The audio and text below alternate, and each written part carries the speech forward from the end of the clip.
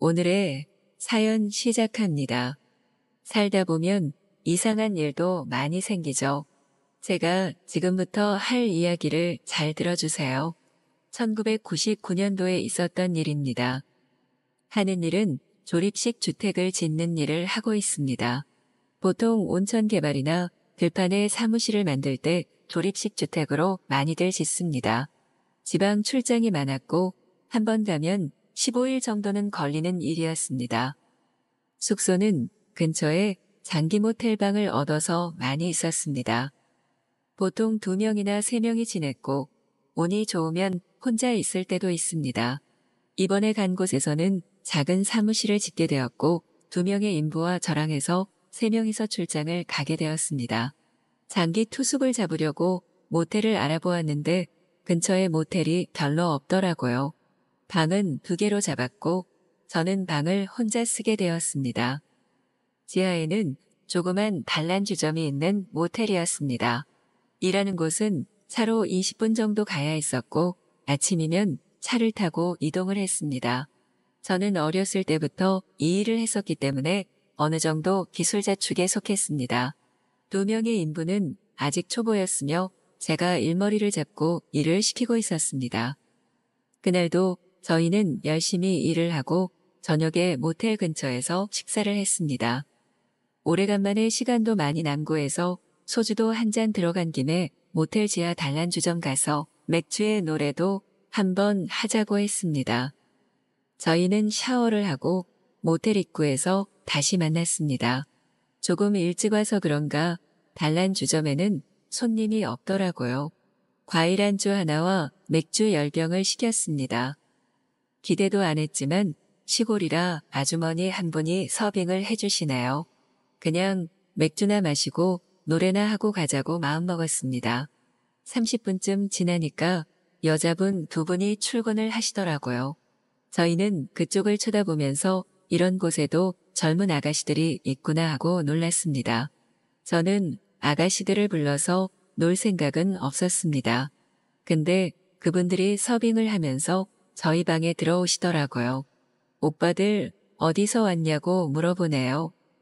저희는 경기도에서 왔다고 했고 그녀는 본인도 집은 서울이라고 합니다. 조금 얘기를 하다가 그녀가 나갔고 제 앞에 앉아있던 일행 2분이 그녀들을 원하는 눈치였습니다. 여자분들 불러서 같이 놀까요? 하고 저는 물었습니다. 그분들은 기다렸다는 듯이 그러자고 합니다.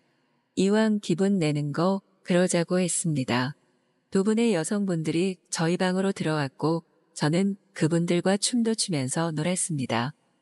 조금 지나니까 손님들이 오기 시작하더라고요. 가게는 룸이 2개 있었고 홀에는 노래를 부르며 술을 마시는 조그마한 가게였습니다. 맥주 마시면서 은근히 눈치가 보이더라고요. 저희는 내일 일도 해야 하기 때문에 그만 가자고 했습니다. 같이 일하던 2분은 못내 아쉬운 표정들을 하시나요? 저희는 그렇게 계산을 하였고 2분 팁까지 챙겨주고 나왔습니다.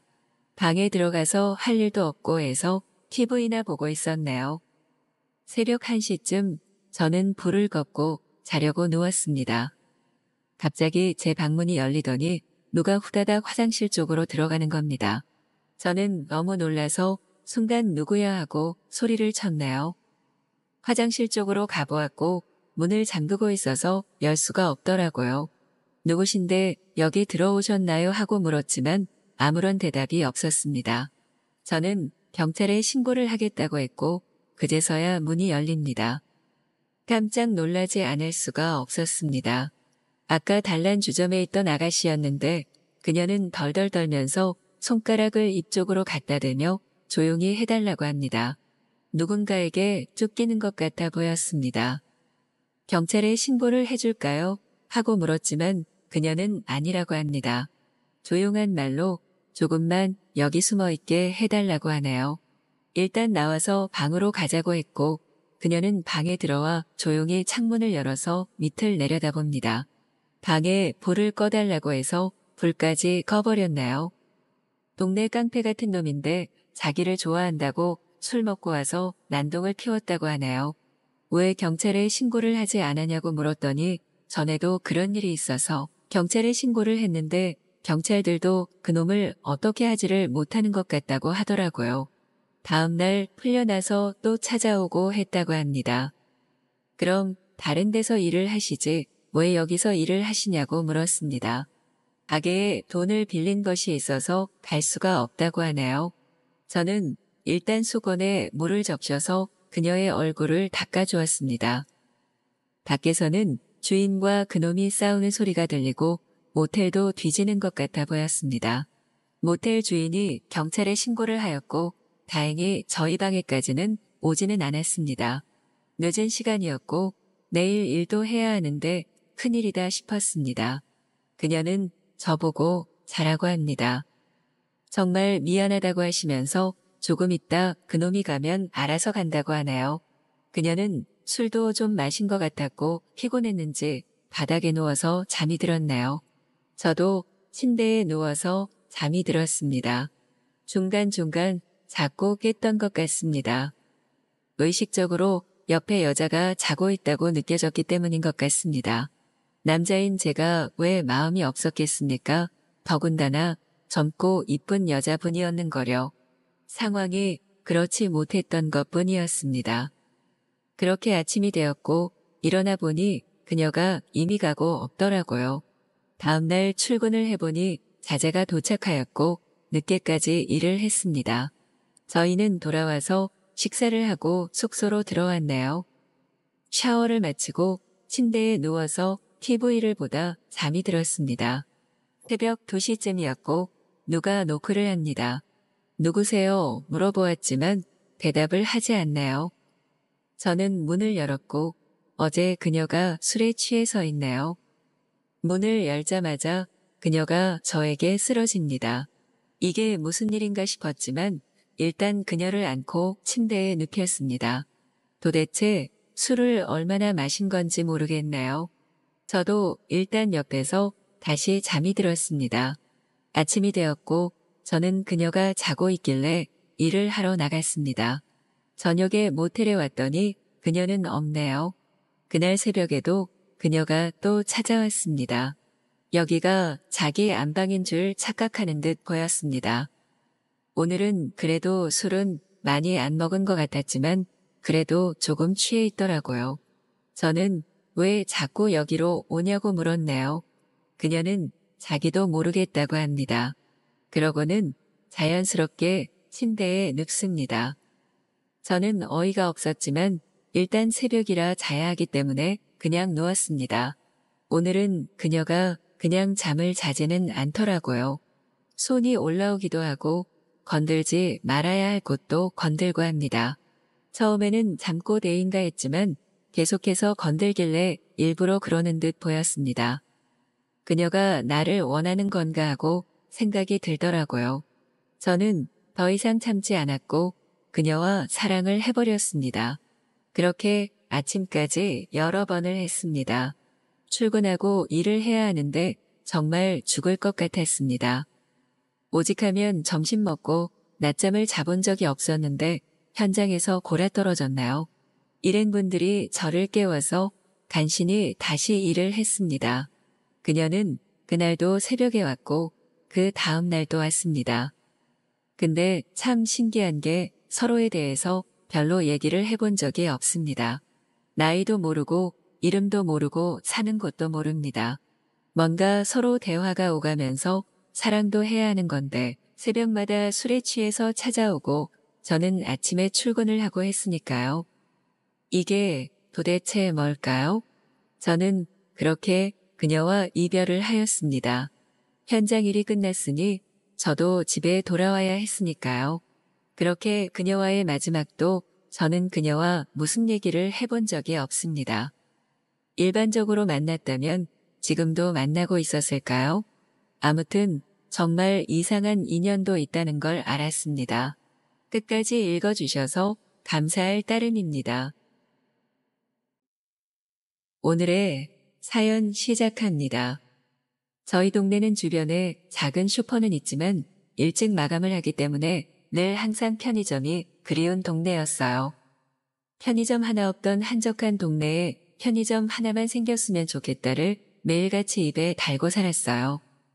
저녁 늦게 맥주 한 캔 하고 싶은데 옆 동네 편의점까지 걸어가야 하기에 더운 여름에도 맥주 한 캔을 포기해야 하는 이 심정을 느껴보지 않으신 분들은 모르실 거예요. 그러던 어느 날 공사를 시작하는 한 건물에 편의점이 생긴다는 소문이 돌기 시작했어요. 동네 사람들 모두 편의점 소식에 환호했죠. 그렇게 편의점이 오픈하던 날 드디어 기다리던 편의점이 생겼기에 신나는 마음으로 편의점으로 달려갔어요. 그런데 그것보다 더 환호할 일이 이곳을 매일 방문해야 할 일이 생겨버렸어요. 키도 크고 웃는 게 이쁘고 너무 잘생기고 멋진 편의점 사장님을 보는 순간 저는 그분 때문에 매일같이 편의점에 출석 체크를 해야겠다는 생각을 했어요. 그냥 아무 생각도 들지 않고 저 남자랑 꼭 사귀어야겠다라는 생각밖에 들지 않았어요. 몇 년 전 남자친구한테 환승으로 차이고 나서 처음으로 눈에 들어온 남자였어요. 전 남자친구와 헤어지고 남자는 눈에 들어오지 않았고 남자를 만나고 싶은 생각이 전혀 들지 않던 저였는데 처음으로 편의점 사장님을 보고 눈에 하트 뿅뿅이 생기는 것을 느꼈어요.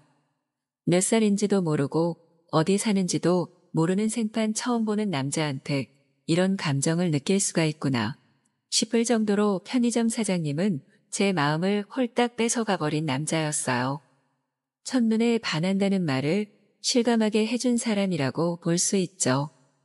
자주 보면 정든다고 하는 어른들의 옛말이 있듯이 저는 매일 편의점에 하루에 2번 일구로 아침 저녁으로 눈도장을 찍었답니다.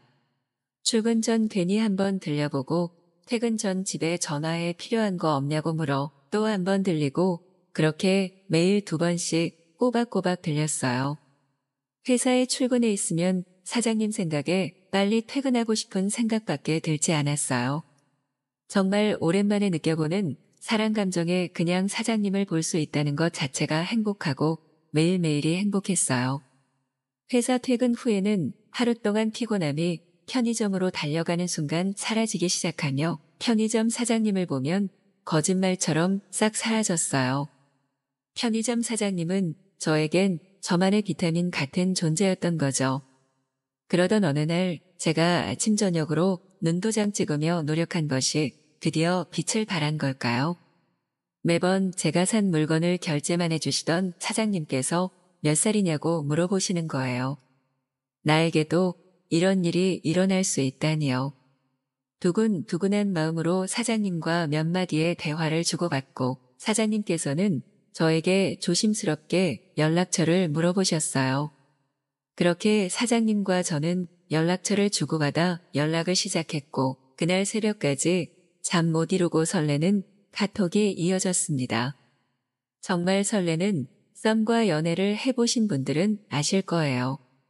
평상시에는 잠을 잘 시간인데 설레는 연락을 할 때는 일금필시 일이 없어지기만 기다리고 일이 없어지면 답장 오기만을 기다리고 무한 반복을 하다가 잔 건가 안 잔 건가 싶게 자본 기억 있으실 거예요.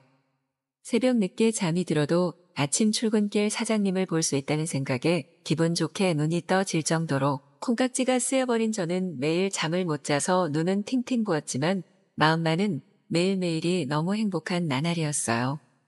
그렇게 노력하는 내 모습을 알아준 편의점 사장님은 저에게 먼저 고백해 주셨어요.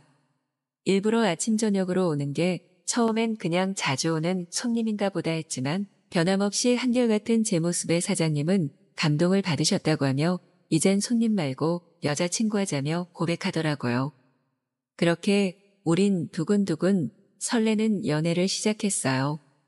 한적한 동네이다 보니 편의점 아르바이트생이 잘 구해지지 않아 사장인 남자친구는 새벽에만 잠시 동생이 교대해주고 혼자서 아침부터 저녁 늦은 시간까지 근무를 하였어요. 그러다 보니 우리는 데이트할 시간이 없어 대부분의 시간을 편의점 안에서 보내게 되었는데요. 편의점 내부에 창고가 있어 그곳에서 식사와 잠깐의 휴식을 취할 수 있었죠. 평상시와 다름없이 퇴근 후 남자친구를 조금이나마 쉬게 해주기 위해 편의점으로 향했어요. 남자친구와 함께 창고에서 저녁 식사를 하고 잠시 쉬고 있으라고 했더니 갑자기 저를 안고 입맞춤을 하는 거예요. 집에 가기 전 헤어질 때 안아주긴 하지만 그 밀폐된 공간에서 갑자기 안아주고 입맞춤하니 심장이 미친 듯이 뛰기 시작했어요.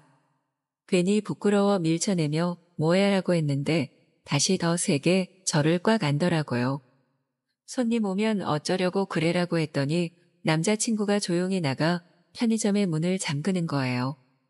심장이 튀어나올 정도로 두근대서 어찌할 바를 모르겠던 찰나 남자친구가 창고 안으로 들어왔어요. 우리가 처음 나누는 사랑이 누추한 역이어서 너무 미안하지만 우리 뜨거운 사랑 한번 나누자며 뜨거운 입맞춤을 퍼붓는 남자친구에게 그냥 저를 맡기고 말았어요. 아직 연애 기간이 오래되지 않아 뽀뽀밖에 하지 않은 우리는 흥분이 최고조로 달아올라 서로의 눈을 바라보면서 뜨거운 사랑을 나누기 시작했어요. 좁은 창고 안은 남자친구와 나의 호흡의 습기와 열기로 가득 차버렸어요. 남자친구는 얼굴만 잘생긴 것이 아니라 모든 게 완벽하다는 걸 느낀 순간이었어요. 우리는 서로 껴안고 아름다운 사랑을 이어나갔어요. 오랜만에 느껴본 나의 감정이 최고조에 달했어요. 이 남자 그것조차도 완벽하다고 생각하니 너무 행복했어요. 남자친구의 열정이 고스란히 묻어버린 그날 우린 그렇게 설레면서도 스릴 넘치는 첫 뜨거운 사랑을 나눴어요. 열정을 쏟아낸 뒤 정성스럽게 입맞춤하고 나를 따뜻하게 안아주었고 한동안 같이 안고 있었어요. 그러자 얼마 지나지 않아 또 한 번 달아오르는 남자친구와 사랑을 나누었어요. 처음 사랑을 나누고 난 뒤로 남자친구를 좋아하는 마음은 더욱 커졌고 남자친구 역시 저를 더 예뻐해주고 사랑해주는 것을 느낄 수 있었어요. 그렇게 우리는 창고에서 뜨거운 사랑을 나눈 뒤로 매일같이 편의점 안에서 스릴을 즐기게 되었는데요. 점점 더 스릴을 느끼기 위해 우리는 문을 잠그지 않고 손님이 오는 것을 확인하며 사랑을 나누며 매일매일 창고 안을 열기로 뜨겁게 달구었죠. 그 뒤로 아르바이트생이 구해지고 우리는 더 이상 창고가 아닌 남자친구 집과 더 편한 공간인 모텔에서 더 열정적이고 더 뜨거운 사랑을 나누게 되었어요. 그런데 제가 이상한 걸까요? 창고보다는 집과 모텔이 공간적으로 편할 수는 있겠지만 남자친구의 숨소리를 더 가까이서 들을 수 있고 남자친구와 나의 열기로도 습해지는 비좁고 밀폐된 창고 안에서 하는 사랑만큼 흥분되고 뜨거운 사랑은 없는 것 같네요. 우리의 사랑은 앞으로 스릴과 행복이 계속 이어질 것입니다. 오늘의 사연 시작합니다. 안녕하세요. 마음을 곱게 쓰면 복이 온다는 이야기 다들 아시죠? 좋은 일을 해서 하늘이 짝을 찾아준 사연을 소개합니다. 남들이 들으면 다들 영화 같은 일이 아니냐며 호들갑을 떠는 연애를 하고 있는 30대 후반 남자입니다. 저는 작은 중소기업을 다니고 있는데 대표님께서 사랑, 희생 그리고 정직 같은 가치를 굉장히 중요시 하십니다. 처음에는 좀 과하지 않나 보여주기 식인가 싶었는데 오래 다닌 직원들은 모두들 인간적으로 존경할 만큼 단합도 잘 되는 곳이죠.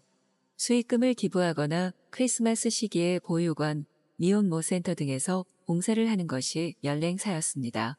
코로나가 터지고 다행히 저희는 휘청하는 사업체는 아니어서 감사하는 마음을 담아서 주기적인 봉사활동이 지침으로 내려졌습니다. 강제로 소집하는 것이 아니라 팀마다 장소를 정하고 한 달에 한 번 주기적으로 봉사활동을 하면 그날은 근무한 것으로 측정이 됩니다. 처음에는 다들 주기적인 방문을 어려워했지만 어차피 급여가 안 나오는 것도 아니고 쉬는 날 불러내는 것도 아니다 보니 적극적으로 참여하게 되었습니다. 저희 팀이 맡은 곳은 저희 도시의 작은 복지관인데요.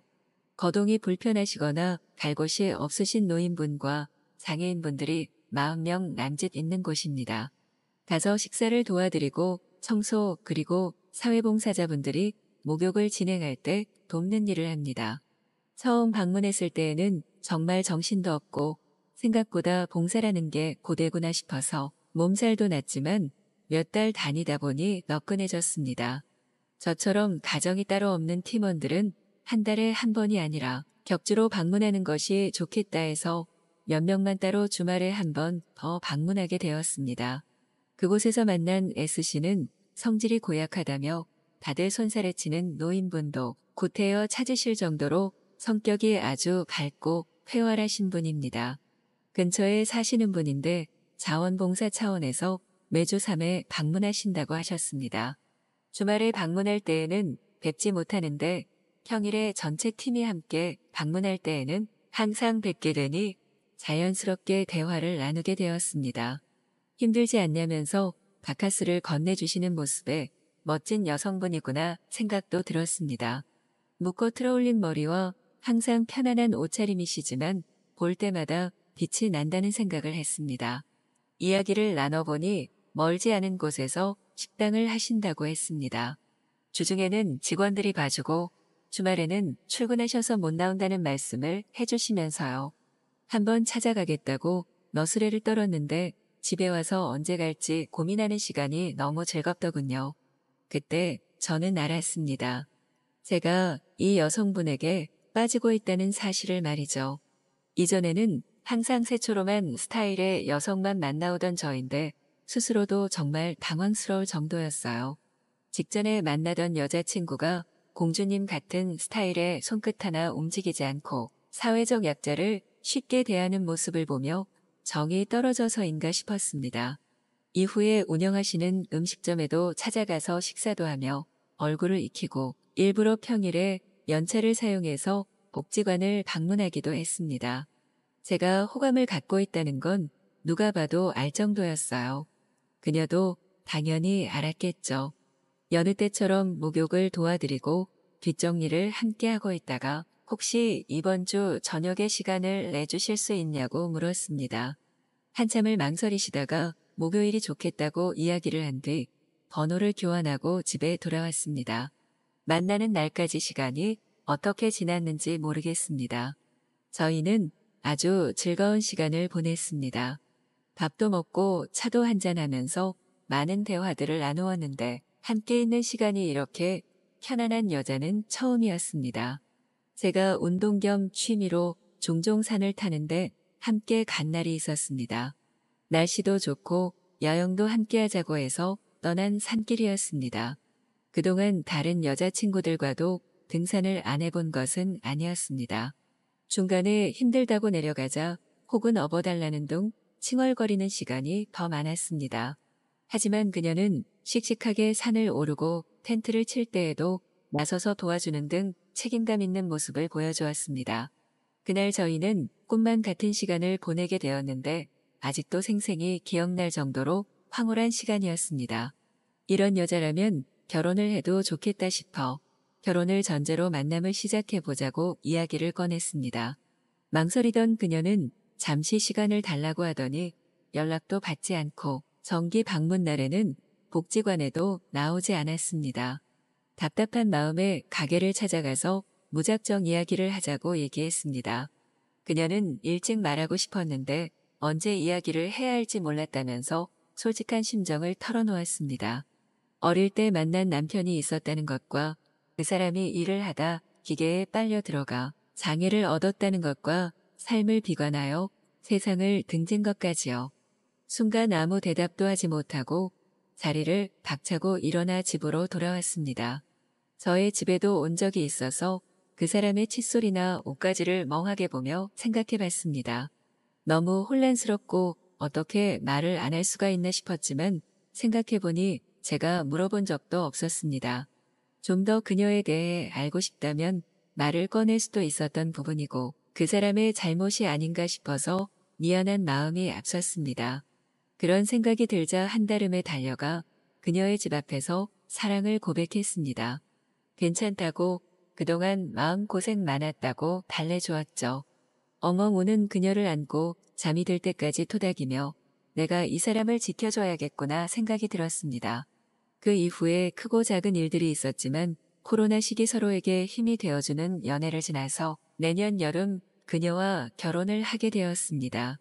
자신의 잘못이 아닌데도 큰 흠이라고 소갈이하며 결혼을 거부하고 밀어내던 그 사람이었지만 제가 강행하게 되었습니다.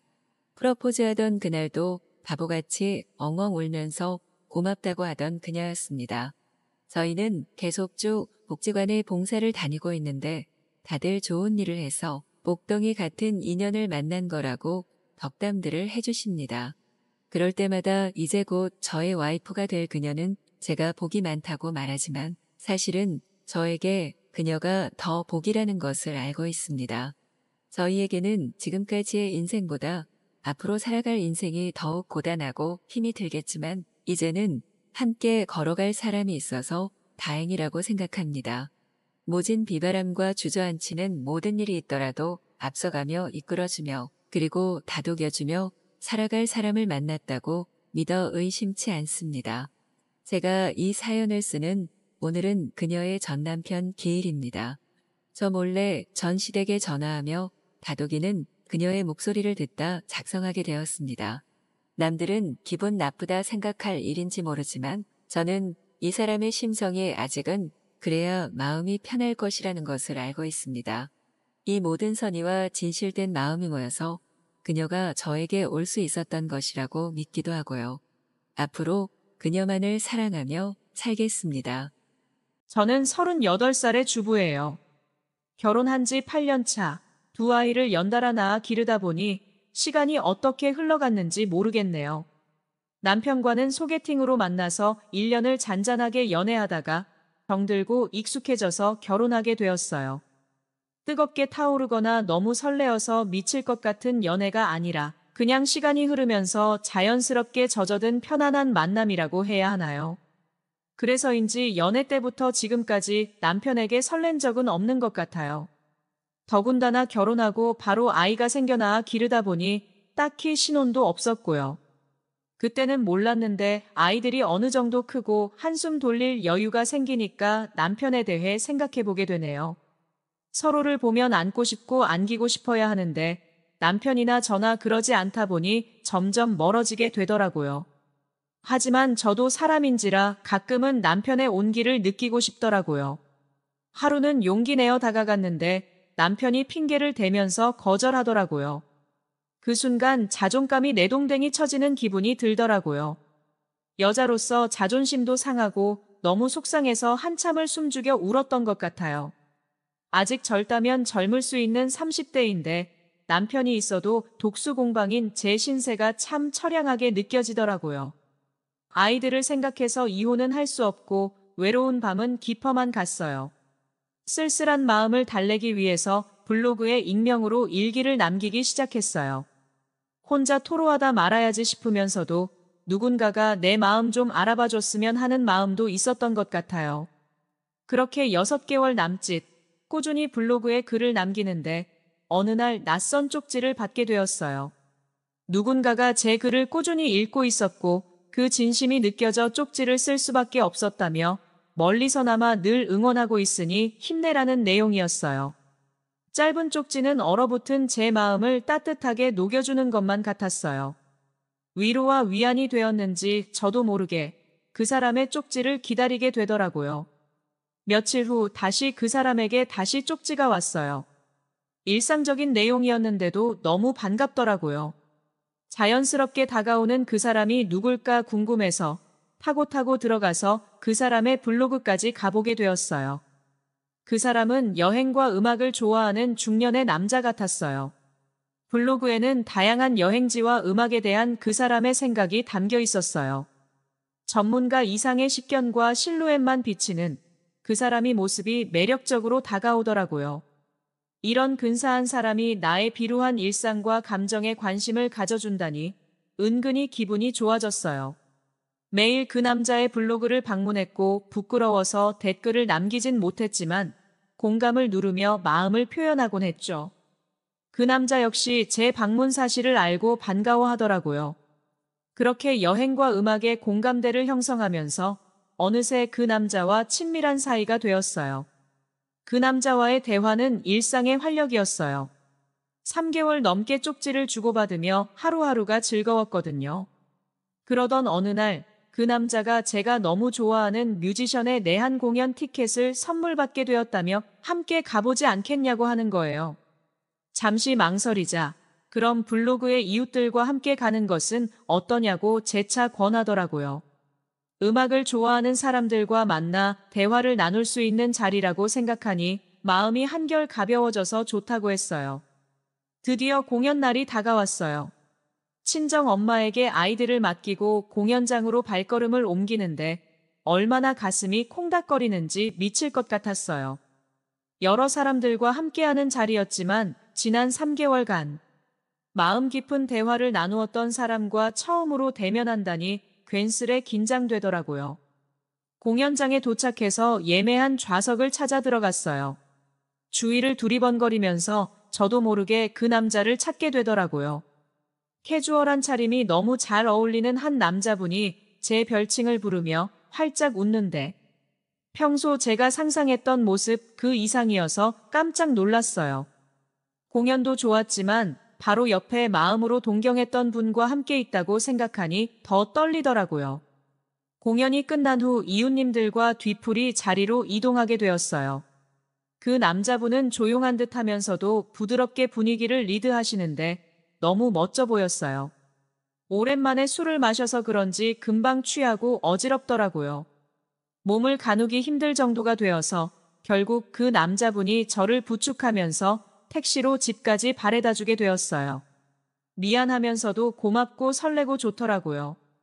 택시에서 대화를 나누는데 술을 마셔서 그런가 그분의 음성이나 미소, 다정다감함, 모든 게 꿈을 꾸듯 몽롱하고 환상적으로 느껴지더라고요. 어디서 그런 용기가 생긴 건지 저도 모르게 그 남자분 볼에 입맞춤을 해버렸어요. 그 남자분은 흠칫 놀라는 듯 했지만 이내 제 입술을 덮어버리더라고요. 그렇게 그 남자분과 저는 집에 도착할 때까지 뜨겁게 키스를 나누며 서로의 마음을 확인했답니다. 다음 날 술에서 깨고 순간 아차 싶었지만 이내 그 남자분의 연락을 기다리는 것을 보니 제가 빠져도 단단히 빠진 것 같았어요. 하긴 결혼하고 애 낳고 키우고 정신없이 살아오면서 이런 설레는 감정이 거의 처음이었으니까요. 그날 이후로 자석에 이끌린 듯 그 남자분과 수시로 연락하며 자주 만나게 되었어요. 그러다가 결국 그 남자분과 저는 선을 넘고 말았어요. 그 남자분은 남편과는 차원이 달랐고 난생 처음으로 황홀경이 무엇인지 느끼게 해주었어요. 헤어날 수 없는 늪처럼 그 남자에게 깊게 빠져들고 있을 무렵 낯선 쪽지를 받게 되었어요. 그 남자의 실체라고 온 쪽지는 내용이 충격적이었어요. 그 남자는 이렇게 블로그를 운영하면서 아줌마들을 전문적으로 꼬시는 카사노바라는 거예요. 그동안 피해를 본 아줌마들이 여럿 있고 지금은 제가 타깃이라며 조심하라는 내용이었는데 믿을 수 없었죠. 여전히 친절하고 다정한 그 남자를 보면서 마음 한편에 드리워지는 의심은 지울 수 없었어요. 의심은 곧 현실이 되었어요. 불시에 그 남자의 사업장으로 찾아갔는데 훤한 대낮에 낯선 여자와 애정행각을 벌이고 있더라고요. 따지고 화를 내기보다 그냥 온몸의 기운이 다 빠져나가며 허탈하다는 생각밖에 안 들더라고요. 그 남자에게 그렇게 살지 말라며 문자를 보내고 모든 연락을 차단했어요. 낯선 사람을 쉽게 믿고 너무 깊게 빠져들었던 제 잘못이 크다고 생각해요. 그동안 혼이 나간 사람처럼 낯선 남자에게 미쳐서 정신없이 떠돌다가 다시 가정으로 돌아와 보니 무뚝뚝하지만 그래도 성실한 남편과 아직 어린아이들이 저를 기다리고 있네요. 제 인생 처음으로 겪어본 누구에게도 말 못할 비밀스러운 일탈은 100여일 만에 종지부를 찍게 되었지만 큰 깨달음을 주었어요. 일상이 지루하고 힘들다고 해서 앞으로 무책임한 행동은 하지 말아야겠다 싶어요. 그래도 두 아이의 엄마이고 어른인데 부끄럽네요. 앞으로는 외롭고 힘든 감정에 매몰되기보다 새로운 것을 배운다든지 하면서 긍정적인 쪽으로 해소해 보려고요. 오늘의 사연 여기까지입니다. 구독, 좋아요로 응원해주세요. 오늘의 사연 시작합니다. 저는 태국에서 살고 있는 30대 중반의 남자입니다. 제가 할 얘기는 진짜 있었던 일이었고 2번 다시 일어날 수 없는 일입니다. 저는 한국에서 부모님의 도움과 누나의 도움으로 태국에서 요트 사업을 시작했습니다. 여행사를 통해서 오는 손님들이 있고 태국 현지의 교민 잡지를 통해서 광고로 오시는 개인 손님들이 있습니다. 가격은 1인당 10만 원이며 코스는 정해진 대로 움직이는 방식입니다. 일단 첫 코스는 원숭이 섬에서 먹을 것을 던져주고 두 번째로는 줄 낚시이며 세 번째는 스노클링입니다. 지인 소개로 오는 분들 같은 경우는 자유롭게 선택해서 가는 방식이며 가격은 물론 조금 더 비싼 편입니다. 정원은 13명 인원 요트입니다. 그러던 어느 날 불경기여서 여행객이 별로 없을 때였는데 한 통의 전화가 왔습니다. 여성분이었는데 독대로 3명이서 나가고 싶다고 합니다. 저는 비싸다고 설명을 했지만 다른 사람들과 같이 가고 싶지 않다고 하며 하루 5시간에서 6시간 정도 놀고 싶다고 하였습니다. 그녀들의 시간에 맞춰서 아침 9시경에 선착장에서 기다리고 있었습니다. 곧이어 그녀들이 도착을 했고 저는 인사를 하며 그녀들을 요트에 태워 출발을 하였습니다. 태국에는 섬들이 많은데 혹시 어디로 가고 싶은 곳이 있나 물어보았습니다. 그녀들은 사람들이 별로 없는 예쁜 섬에서 해수욕을 하고 싶다고 하시네요. 지금 시기에는 코란 섬이 조금 더 사람들이 없으니 그쪽으로 간다고 알려주었습니다. 그녀들은 옷을 갈아입고 싶다고 하시길래 안으로 안내해드렸고 거기서 비키니로 다들 갈아입고 나오시네요. 세 분 다 한미 모델 하시는 분들이었습니다. 20대 중반에서 후반 정도의 나이들이었고 어떻게 여기에 왔는지는 물어보지 않았습니다. 조금 궁금하긴 했지만 이런 일을 하다 보면 그런 건 물어보는 게 아닌 것 같았습니다. 저는 최대한 그녀들끼리만 즐길 수 있도록 좋은 위치에 배를 세워드렸습니다. 뜨거운 햇볕이 내리쬐는 통에 구경은 하고 싶었지만 저는 배 안으로 들어가서 에어컨을 켜고 쉬고 있었습니다. 그녀들은 한참을 물놀이를 하다가 배로 올라오시네요. 큰 수건을 배 앞에 까시고 선탠을 하시는지 크림들을 서로 발라주며 선글라스까지 쓰고 누워서 즐거워하시네요. 선탠이 끝난 그녀들은 배가 고프시다고 하셔서 섬에 배를 정착하고 식당으로 갔습니다. 그녀들은 바다향이 듬뿍 나는 음식들을 주문하고 시원한 음료수도 하나씩 주문한 후에 여유롭게 그 시간을 즐기는 듯 했습니다. 저도 옆 식당에서 대충 식사를 해결하였고 그녀들과 합석은 하지 않았습니다. 그렇게 식사를 마치고 그녀들은 저에게 어디가 좋은지 추천을 해달라고 합니다. 시간상으로 마지막 코스로 어디를 모시면 좋을까 생각하다가 원숭이 섬을 얘기해 보았지만 거긴 싫다고 하시나요? 한 분이 술을 살만한 데를 먼저 가달라고 하시기에 제일 가까운 섬으로 갔습니다. 거기서 그녀들은 술과 먹을 걸 몇 가지 사서 배에 올랐습니다. 그녀들은 음악을 틀어놓고 바다 위 아름다운 곳에서 술을 마시고 싶다고 하셔서 저는 산호섬으로 배를 돌렸습니다. 그곳은 군데군데 기둥처럼 생긴 섬들이 있는 아름다운 곳이었고 바다는 에메랄드색으로 너무 푸르고 아름답기로 유명한 곳이었습니다. 산호섬에 도착해 배를 세우니 그녀들은 술을 마시기 시작합니다. 저는 할 일이 없으니 그냥 앉아서 그녀들이 틀어놓은 노래나 들으면서 흥얼거리고 있었습니다. 그녀들 중에 한 분이 저에게도 같이 술을 마시자고 하시네요.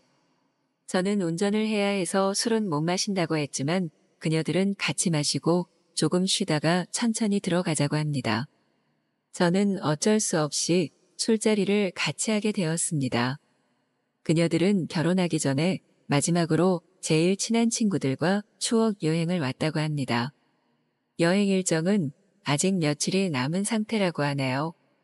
며칠을 어떻게 하면 절대 잊지 않을 여행이 될까 고민들을 하는 눈치였습니다. 노을이 지려는지 바다가 붉은 빛을 띄우며 아름답게 빛나고 있었습니다. 술도 어느 정도 마셨고 운전을 하려면 술이 깨야 하기 때문에 깰 때까지 조금 누워 있겠다고 하고 방으로 들어갔습니다. 누워서 잠시 잠들었는데 한 분이 오셔서 저를 흔들어 깨우시네요. 술이 조금 취하신 상태인 것 같았고 저한테 부탁이 있는데 꼭 들어달라고 합니다. 다름 아니라 그녀의 얘기는 자기들 3명과 같이 즐거운 시간을 보내자는 겁니다. 친구들과 이런저런 얘기 중에 친구들이 갑자기 해보고 싶다고 얘기를 했고, 그래서 본인이 용기를 내서 얘기를 하러 왔다고 하네요. 저는 솔직히 싫지는 않았지만 쉽게 대답을 못하겠더라고요. 그녀는 절대 비밀로 서로 이 문제로 얘기하는 것 없이 지금 이 순간만 서로 즐기자고 합니다. 한참 생각하다 저는 허락을 하였고 그녀들은 수건으로 저의 눈을 가린 뒤 사랑을 나누었습니다. 그렇게 누가 누군지도 모르게 어떤 분이 어떻게 했는지도 모르고 일을 마친 후 저는 배를 몰고 항구로 왔습니다. 그녀들은 너무 좋은 추억 만들어주셔서 감사하다면서 돈을 2배로 줍니다. 그렇게 그녀들은 떠났고 저는 아까 있었던 일들이 꿈인가 생시인가 잠시 상상해보니 저절로 입꼬리가 올라갑니다. 아무튼 저에게도 잊지 못할 추억을 주신 3분께 너무 감사할 따름입니다. 다들 행복하게 잘 사셨으면 좋겠습니다.